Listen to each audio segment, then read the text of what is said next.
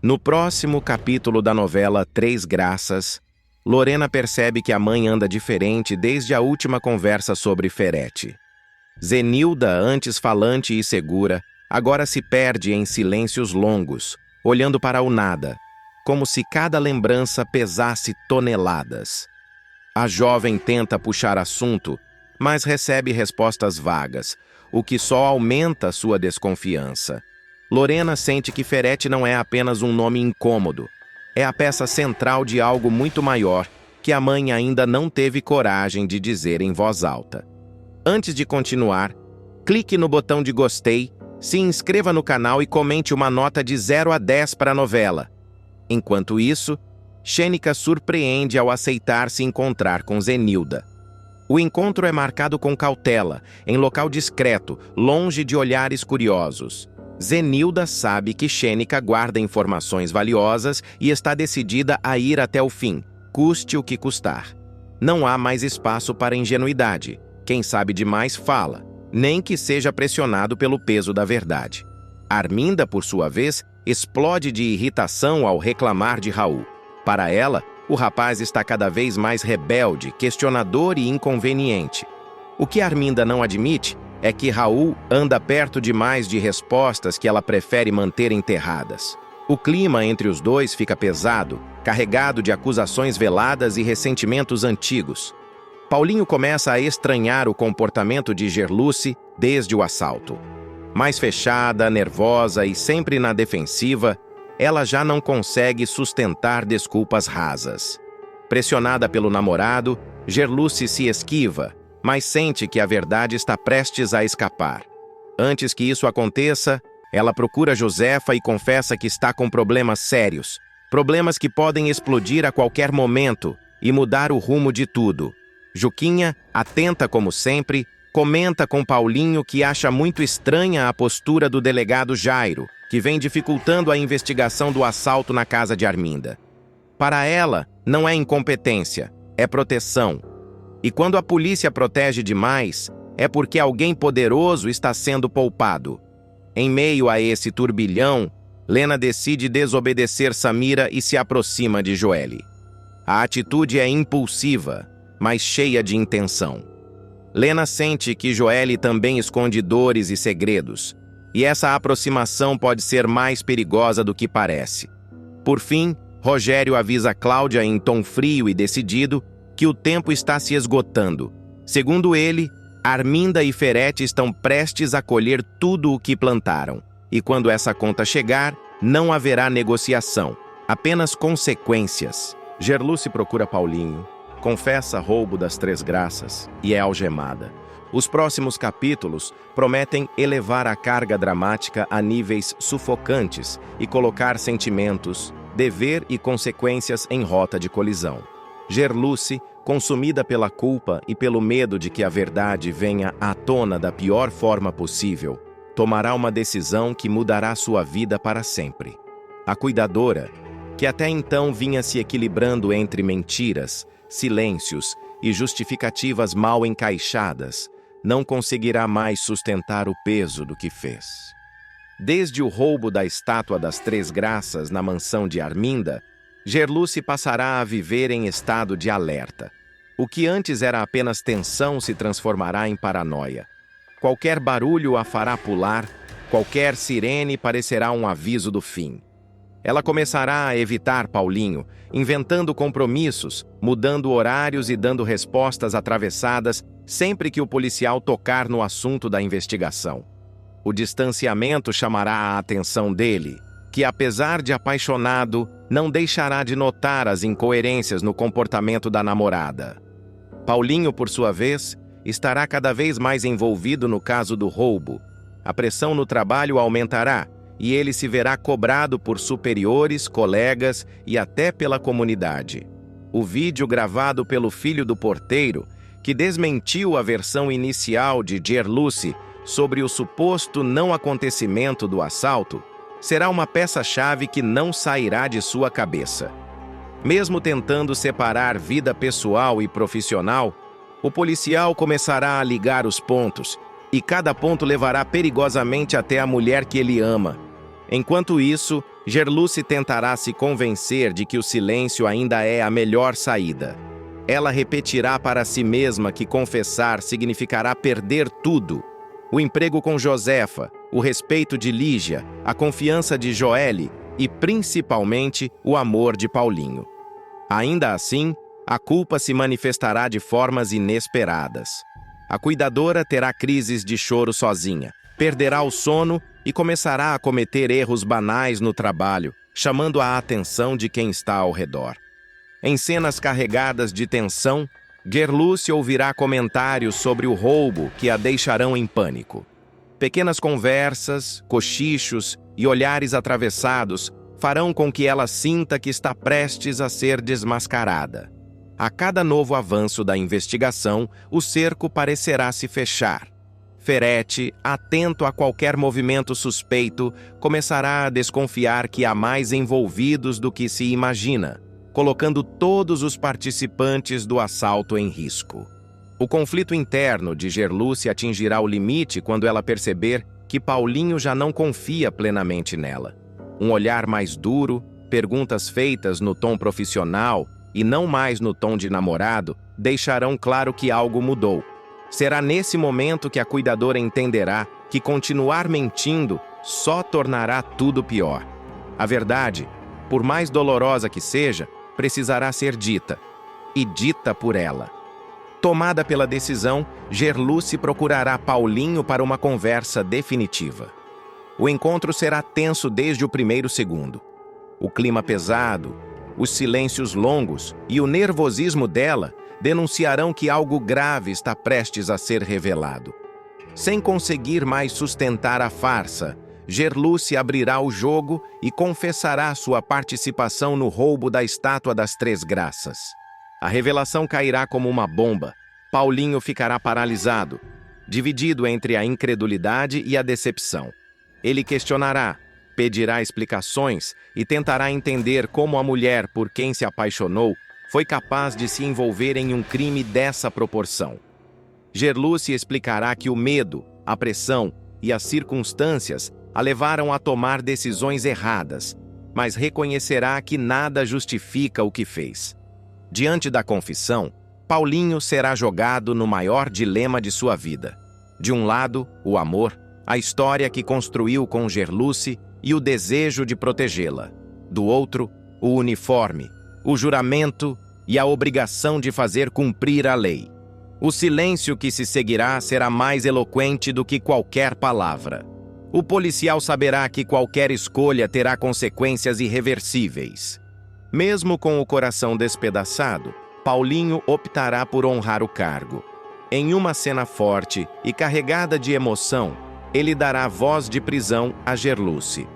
As algemas, símbolo máximo da quebra entre o casal, marcarão o ponto sem retorno dessa história. Gerluce, em lágrimas, aceitará o destino, consciente de que aquela é a consequência de seus atos. A prisão da cuidadora causará um efeito dominó.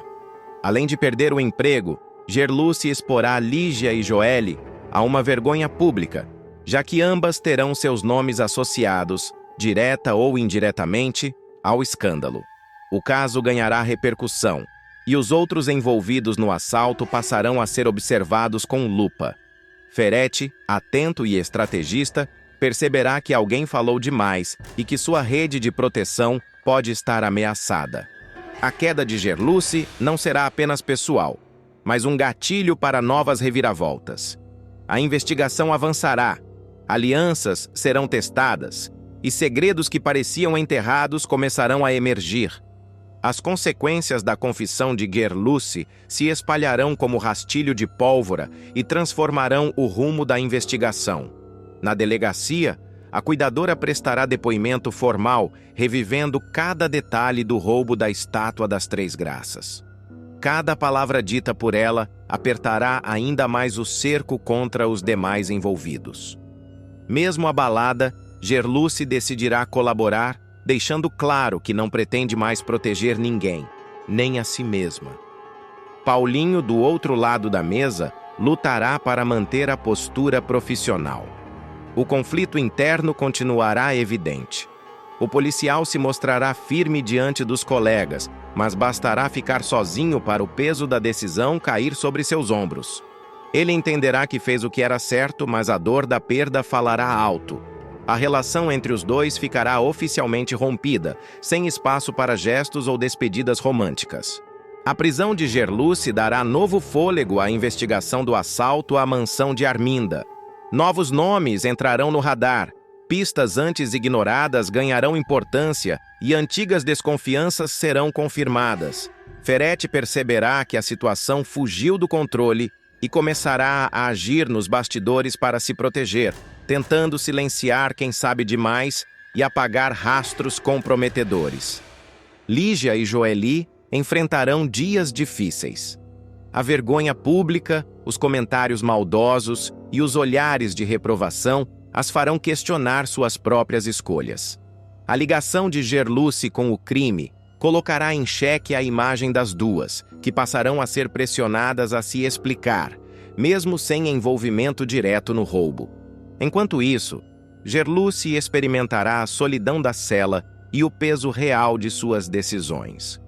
Longe da antiga rotina, ela refletirá sobre tudo o que perdeu e sobre o preço que pagou por ter ultrapassado limites que jamais imaginou cruzar.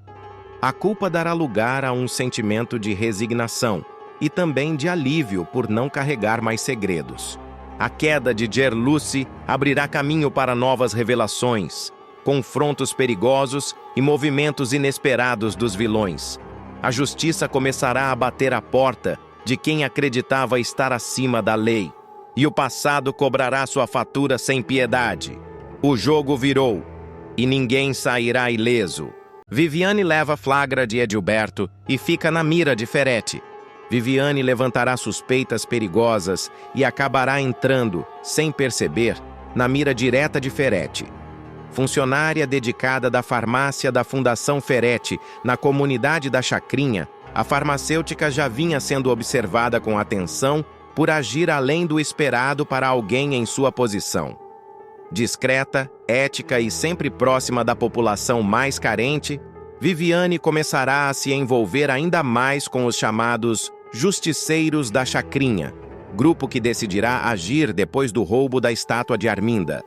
O desaparecimento da peça valiosa vai movimentar os bastidores da comunidade e da fundação.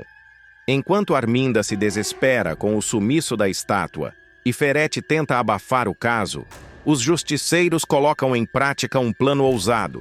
A ideia é simples e, ao mesmo tempo, arriscada: usar parte do dinheiro obtido no assalto à mansão da vilã para comprar medicamentos verdadeiros e distribuir gratuitamente à população da Chacrinha, que há tempos sofre com remédios falsificados, vencidos ou de qualidade duvidosa. Viviane se envolve diretamente na operação. Indignada com o sofrimento dos doentes e cansada de ver pessoas piorarem por falta de tratamento adequado, ela decide usar seus conhecimentos para garantir que os remédios certos cheguem a quem realmente precisa. A farmacêutica sabe que qualquer passo em falso pode custar caro, por isso o grupo decide agir aos poucos, com extrema cautela, evitando chamar atenção. Mesmo assim, o plano começa a apresentar rachaduras. Tudo começa quando Viviane e Júnior decidem se dividir para não levantar suspeitas. A estratégia é comprar pequenas quantidades de medicamentos em diferentes estabelecimentos, em horários alternados. Júnior ficará responsável por uma parte da lista, enquanto Viviane cuidará dos remédios mais específicos, aqueles que exigem conhecimento técnico para não cometer erros. Viviane segue até uma farmácia nas proximidades da comunidade, fora da rota habitual da Fundação Ferretti. Ela entra, observa o movimento, conversa rapidamente com o atendente e faz a compra com discrição. Tudo parece sair conforme o planejado, até que um olhar atento cruza o caminho da farmacêutica. Edilberto, capanga fiel de Ferretti e conhecido por sua desconfiança crônica, estará no local no momento exato. Ele reconhecerá Viviane imediatamente. O choque é silencioso. Para ele, algo não fecha. Por que a farmacêutica da fundação estaria comprando remédios em outra farmácia? Por que não usar o estoque oficial? Viviane não percebe o flagra. Segura a sacola, paga a conta e sai sem olhar para trás, acreditando que conseguiu passar despercebida. Edilberto, no entanto, grava cada detalhe na memória. O horário, o tipo de remédio, o nervosismo contido no rosto da farmacêutica. Para alguém como ele, treinado para desconfiar de tudo, aquilo é material suficiente para levantar um alerta. Sem perder tempo, Edilberto procura Macedo. Em tom aparentemente casual, mas carregado de intenção, ele conta o que viu. Diz que encontrou Viviane comprando medicamentos em outra farmácia e que achou a atitude estranha. Macedo escuta, pondera e, num primeiro momento, minimiza. Afirma que pode ter sido algo pessoal, uma compra comum, sem maiores consequências. A informação, porém, não morre ali. Mesmo sem provocar um impacto imediato, a atitude de Viviane passa a ecoar nos bastidores da fundação. A pulga atrás da orelha cresce. Ferretti, que já vinha desconfiando de pequenos desvios, começa a ligar os pontos. Ele recorda relatos sobre a distribuição milagrosa de remédios na chacrinha, a melhora repentina de alguns doentes e o envolvimento cada vez mais ativo de Viviane com Lígia e Gerluce. Ferretti ainda não age. Observa, espera. Para ele, o jogo é de paciência. Enquanto isso, alheia ao perigo que se aproxima, Viviane segue com o plano. Ela entrega os medicamentos verdadeiros a Lígia, que se emociona ao ver a qualidade dos remédios. Para Gerluce, o momento é de pura esperança. A mulher comemora a real chance de melhora da mãe, algo que parecia distante há meses.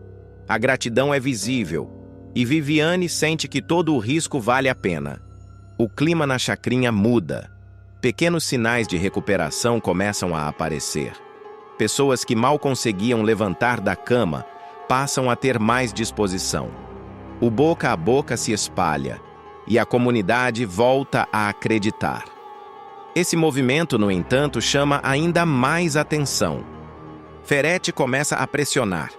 Ele pede relatórios, questiona estoques, exige explicações sobre a saída de determinados medicamentos. Viviane percebe o cerco se fechando, mas ainda não imagina o tamanho da ameaça. Para ela, trata-se apenas de burocracia. Para Ferretti, é o início de uma caçada silenciosa. Edilberto volta a observar Viviane de longe. Cada conversa, cada passo, cada encontro passa a ser monitorado. O vilão sente que há algo grande se formando sob seu nariz e não pretende deixar barato. Para Ferretti, traição é imperdoável, ainda mais quando vem de alguém que ele acreditava ter sob controle. O simples flagra se transformará em uma bomba relógio. Viviane seguirá ajudando a comunidade, sem saber que cada gesto de justiça a coloca mais fundo no radar do vilão. E enquanto a esperança cresce na chacrinha, o perigo se aproxima em silêncio, pronto para explodir a qualquer momento. O cerco contra Viviane se fechará de vez, e sem espaço para erro. Ferretti decidirá agir. Cansado de apenas observar, o vilão ordenará que Edilberto siga Viviane de perto, dia e noite. O capanga passará a rondar a farmácia da fundação, a observar quem entra, quem sai e, principalmente, quem conversa demais com a farmacêutica. Viviane começará a sentir o peso da vigilância. O clima ficará pesado, os olhares mais longos, os silêncios mais ameaçadores. A sensação de estar sendo observada não a abandonará nem por um minuto. Mesmo assim, Viviane não recuará. Convicta de que está fazendo o certo, ela continuará auxiliando os justiceiros da chacrinha na distribuição dos medicamentos verdadeiros. Cada entrega será feita com ainda mais cuidado, quase em código, como se a comunidade inteira estivesse participando de uma conspiração silenciosa contra a fundação. Lígia assumirá um papel fundamental, escondendo os remédios e organizando a distribuição longe dos olhos curiosos. Gerluce, por sua vez, começará a chamar atenção. A melhora da mãe será tão visível que despertará comentários, inclusive fora da chacrinha. A notícia chegará até a fundação. e Ferete ligará os pontos com frieza. Para ele, aquilo não é coincidência, é prova. O vilão convocará Macedo para uma conversa reservada. Em tom baixo, perigoso, Ferete deixará claro que quer respostas. Exigirá saber como pessoas que antes estavam à beira da morte agora demonstram sinais claros de recuperação. Macedo tentará desconversar, mas Ferete não se convencerá. A ordem será clara: descobrir de onde estão vindo os remédios verdadeiros. Edilberto, então, fará a descoberta que mudará tudo. Ele encontrará embalagens idênticas às da fundação descartadas em um ponto afastado da comunidade, mas com numeração diferente da registrada nos estoques oficiais. A prova que faltava. Sem pensar duas vezes, ele levará o material até Ferete. A reação do vilão será imediata e gelada. Ferete entenderá que existe um esquema funcionando por baixo do seu nariz, e Viviane estará no centro de tudo. A partir daí, ele decidirá testar a farmacêutica.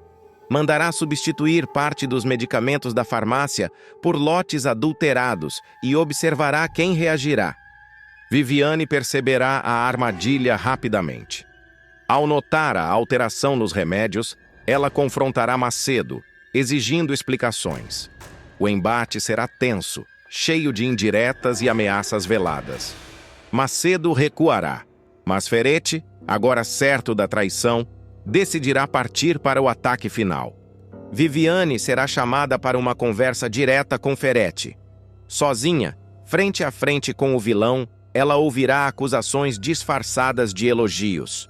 Ferete falará sobre lealdade, confiança e ingratidão, deixando claro que sabe mais do que aparenta. Viviane manterá a postura firme, mas por dentro sentirá o perigo real. O confronto terminará sem gritos, sem escândalo, apenas com uma frase final de Ferete, dita com calma assustadora, deixando claro que ela está marcada. A partir desse momento, Viviane entenderá que não há mais volta. Ou ela derruba o esquema da fundação, ou será esmagada por ele. A farmacêutica, então, decidirá dar o passo mais arriscado de todos: procurar ajuda fora da chacrinha, colocando o esquema de Ferete em risco real de exposição. E assim a justiceira da farmácia deixará de ser apenas uma suspeita, para se tornar a maior ameaça que Ferete já enfrentou dentro da própria fundação. Joelle revela para Lígia que Raul é o pai do filho que ela espera. O mistério que envolve a gravidez de Joely começará a desmoronar pouco a pouco, em uma sequência de acontecimentos tensos, carregados de silêncio, culpa e medo.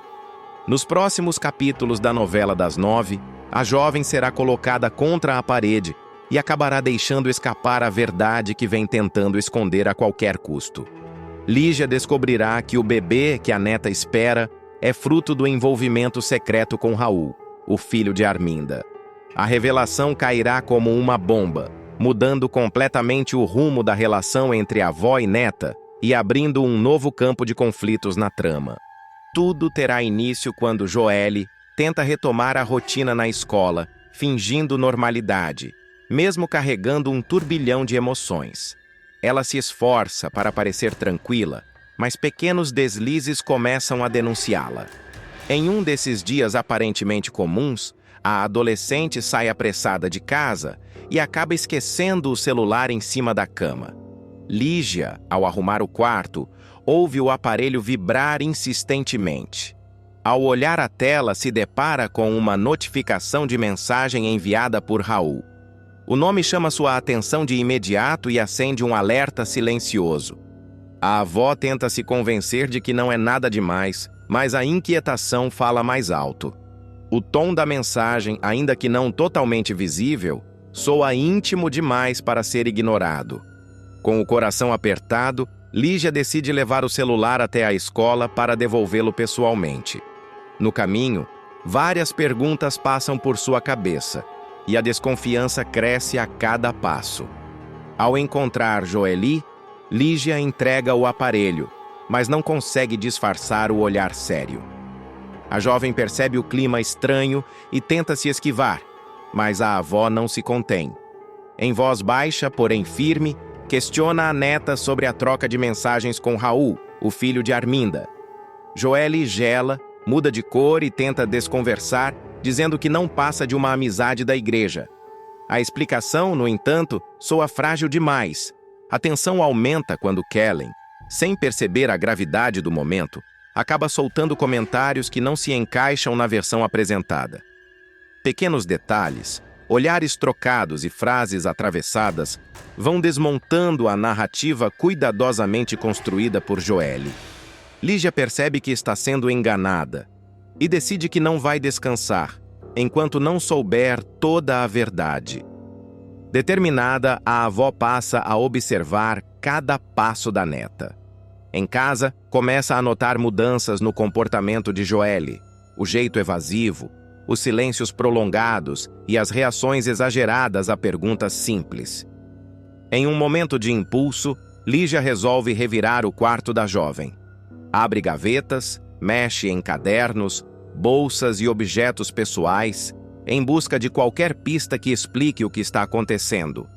Joelle chega em casa e flagra a avó no meio da investigação. O choque é imediato. As duas se encaram em silêncio por alguns segundos que parecem eternos.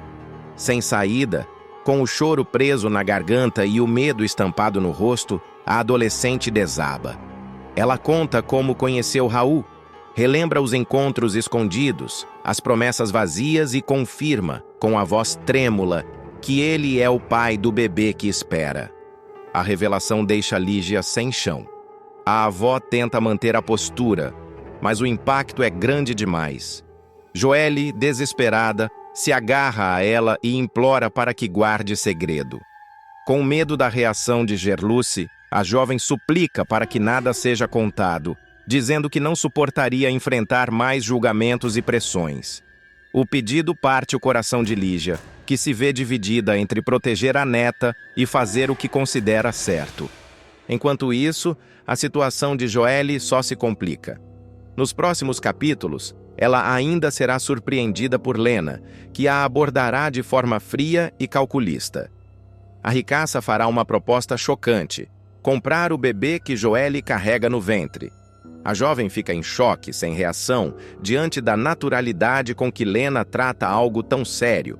Como se não bastasse, Lena insiste e leva Joelle para realizar o exame que revelará o sexo da criança, deixando claro que tem interesses bem definidos naquela gravidez. Mesmo abalada, Joelle não encontra apoio em Raul. O rapaz segue distante, evita contato e demonstra total indiferença diante da situação. A ausência dele aprofunda ainda mais o sentimento de abandono da adolescente, que passa a se sentir completamente sozinha. Cada dia que passa aumenta sua angústia e o peso das decisões começa a sufocá-la. Kellen, percebendo o estado emocional da jovem, tenta aconselhá-la. Ela insiste para que Joelle conte toda a verdade a Gerluce e também a Lígia, acreditando que o silêncio só vai piorar as coisas. No entanto, o medo fala mais alto. Joelle se fecha, se isola e passa a carregar sozinha a responsabilidade de uma escolha que pode mudar sua vida para sempre. O segredo que veio à tona promete provocar reações em cadeia. A descoberta de Lígia não ficará restrita apenas ao âmbito familiar, e as consequências desse envolvimento proibido com Raul ainda vão reverberar de forma intensa, colocando Joelle diante de decisões cada vez mais difíceis e perigosas. Diante de tudo o que ouviu, Lígia passa a noite em claro, tomada por pensamentos conflitantes. O choque inicial dá lugar a uma preocupação profunda com o futuro da neta. Nos dias seguintes, ela muda de postura. Observa Joelle com mais cuidado, tenta protegê-la discretamente e evita qualquer comentário que possa levantar suspeitas dentro de casa. Ainda assim, o peso do segredo se torna insuportável. A cada ligação não atendida de Raul, a cada ausência dele nos momentos decisivos, Lígia percebe que a neta está presa a uma situação muito maior do que consegue administrar. Joelle, por sua vez, entra em um estado de fragilidade crescente. Na escola, seu rendimento cai. ela se afasta das amigas e passa a evitar qualquer conversa sobre o futuro. O exame para descobrir o sexo do bebê, acompanhado por Lena, marca um divisor de águas. Ao ouvir o resultado, Joelle sente uma mistura de emoção e pânico. Lena, fria e direta, volta a pressionar a jovem, deixando claro que está disposta a resolver o problema com dinheiro. A postura da ricaça causa repulsa em Joelle, que começa a enxergar com mais clareza o risco que corre. Mesmo abalada, ela se recusa a aceitar qualquer acordo, mas sai do encontro ainda mais confusa e assustada. A sensação de estar sendo observada e manipulada passa a persegui-la. Enquanto isso, Raul segue se esquivando. Quando finalmente é confrontado por Joelle, ele reage de forma defensiva, tenta minimizar a situação e se mostra mais preocupado com as próprias consequências do que com o bem-estar da criança. A conversa termina em frustração, deixando claro que ele não pretende assumir nenhuma responsabilidade naquele momento. A decepção é devastadora e empurra Joelle para um limite emocional perigoso. Kellen percebe que a amiga está à beira de um colapso e decide agir. Ela procura Lígia e, sem rodeios, expõe o medo de que Joelle tome uma decisão impulsiva se continuar sozinha.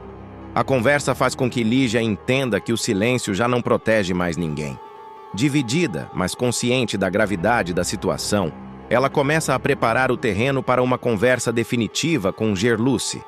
Joelle sofre um mal-estar repentino, o que assusta a todos e serve como alerta definitivo. O episódio escancara que não há mais como fingir que nada está acontecendo. Diante da neta fragilizada, Lígia toma uma decisão firme. A verdade não pode mais ser adiada. Ela promete a Joelle que estará ao lado dela, aconteça o que acontecer, mas deixa claro que enfrentar a realidade será o único caminho possível.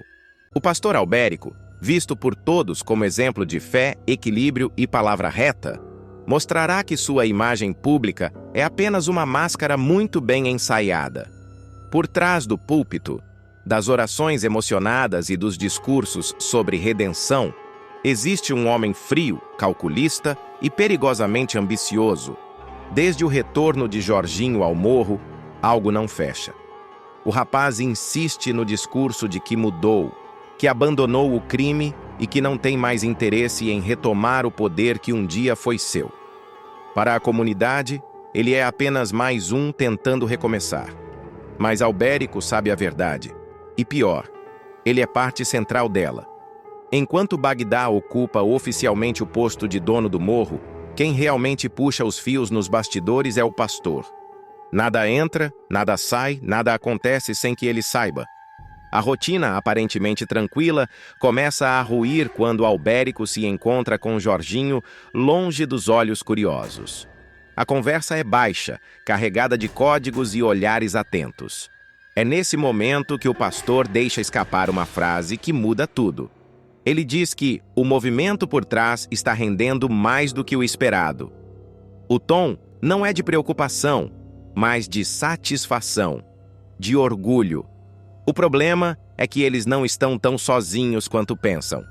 Kellen, filha de Albérico, escuta tudo. Cada palavra, cada insinuação. O choque é imediato. A jovem, que sempre acreditou no pai como referência moral, sente o chão desaparecer sob seus pés.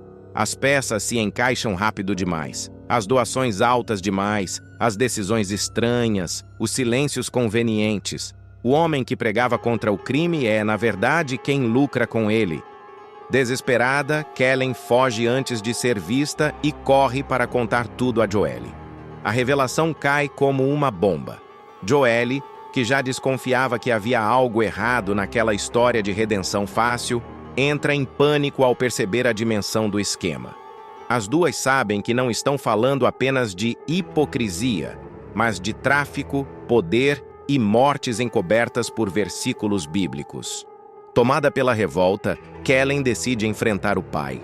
O confronto acontece dentro da própria igreja, em um momento em que o local está vazio, mas carregado de tensão.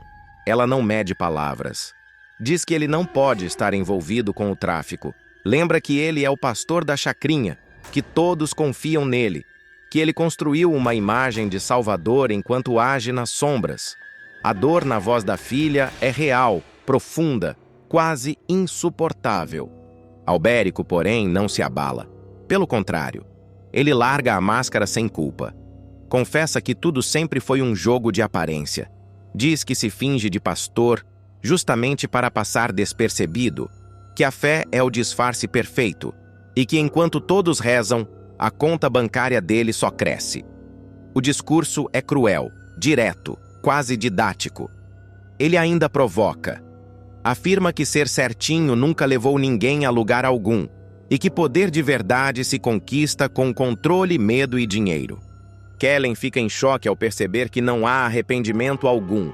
O homem à sua frente não é mais seu pai. É um estrategista que usa Deus como escudo e o crime como negócio. Enquanto isso, Jorginho observa de longe, ciente de que o plano está indo além do imaginado. Bagdá, sem saber, pode estar mais ameaçado do que nunca. E a chacrinha segue rezando, sem imaginar que o maior pecado está no altar. E isso é só o começo. As consequências dessa revelação vão se espalhar como rastilho de pólvora, e nada mais ficará intacto na chacrinha. Após ouvir a confissão fria do pai, Kellen sai da igreja desnorteada, com a sensação de que toda a sua vida foi construída sobre uma mentira. Cada conselho, cada oração, cada gesto de carinho, agora soa falso. Ela percebe que Albérico não apenas escolheu o caminho do crime, mas construiu um império usando a fé como fachada. Joelle tenta convencer Kellen a ir à polícia, mas a jovem sabe que não é tão simples. Albérico é poderoso, tem aliados armados, influência no morro e olhos espalhados por todos os cantos. Denunciá-lo pode significar uma sentença de morte. Ainda assim, o medo começa a dar lugar à revolta. Pela primeira vez, Kellen pensa em enfrentar o pai não como filha, mas como alguém disposta a impedir que ele continue destruindo vidas. Enquanto isso, Albérico percebe que deixou escapar mais do que devia. O pastor passa a agir com cautela redobrada. Em reuniões secretas, ele pressiona Jorginho, cobra resultados, exige silêncio absoluto e deixa claro que ninguém é insubstituível. O tom de líder espiritual dá lugar ao de chefe do tráfico. Ele reforça a segurança, manda vigiar a própria filha e ordena que qualquer deslize seja resolvido do jeito antigo. Jorginho começa a se incomodar. O plano que parecia vantajoso agora se transforma numa armadilha. Ele entende que Albérico nunca teve intenção de devolver o poder a ninguém. Bagdá, por sua vez, sente que está sendo cercado sem perceber. Pequenas decisões começam a escapar de suas mãos, cargas somem, ordens são ignoradas. O morro, silenciosamente, já responde mais ao pastor do que ao chefe oficial. Kellen tenta manter uma aparência normal, mas carrega um peso enorme. Ela passa a observar tudo com outros olhos. Os fiéis mais influentes, os irmãos que aparecem apenas à noite, as doações misteriosas. Aos poucos, ela reúne informações, datas, nomes, não por coragem impulsiva, mas por desespero. Ela sabe que, se não fizer nada, Albérico vai longe demais. O conflito interno do pastor também cresce, não por culpa, mas por paranoia. Albérico passa a desconfiar de todos, inclusive de Joelle. Em um sermão cada vez mais agressivo, ele fala sobre traição, lealdade e punição, deixando claro que quem o desafiar pagará caro. A igreja, antes um espaço de acolhimento, se transforma num palco de medo disfarçado de fé. A tensão chega ao limite quando Albérico confronta Kellen mais uma vez. Ele deixa claro que sabe que ela andou falando demais. O aviso é direto, sem gritos, sem violência explícita, o que torna tudo ainda mais assustador. Ele diz que fez tudo pela família e que não permitirá que a própria filha destrua o império que ele construiu. Pela primeira vez, Kellen entende que está sozinha. Ao mesmo tempo, Jorginho percebe que também virou peça descartável. Albérico já planeja um novo passo, maior, mais lucrativo, que pode sacrificar aliados antigos. O pastor não quer apenas controlar o morro, ele quer expandir, lavar dinheiro, comprar silêncio e continuar invisível atrás da batina. A chacrinha entra numa fase sombria. Sussurros substituem conversas, olhares desconfiados tomam conta das ruas, e a fé passa a ser usada como arma. O que parecia um segredo isolado se revela como uma rede profunda de manipulação, poder e violência. E no centro de tudo, Albérico segue pregando salvação enquanto prepara o próximo golpe, sem imaginar que a própria filha pode ser a única capaz de derrubá-lo.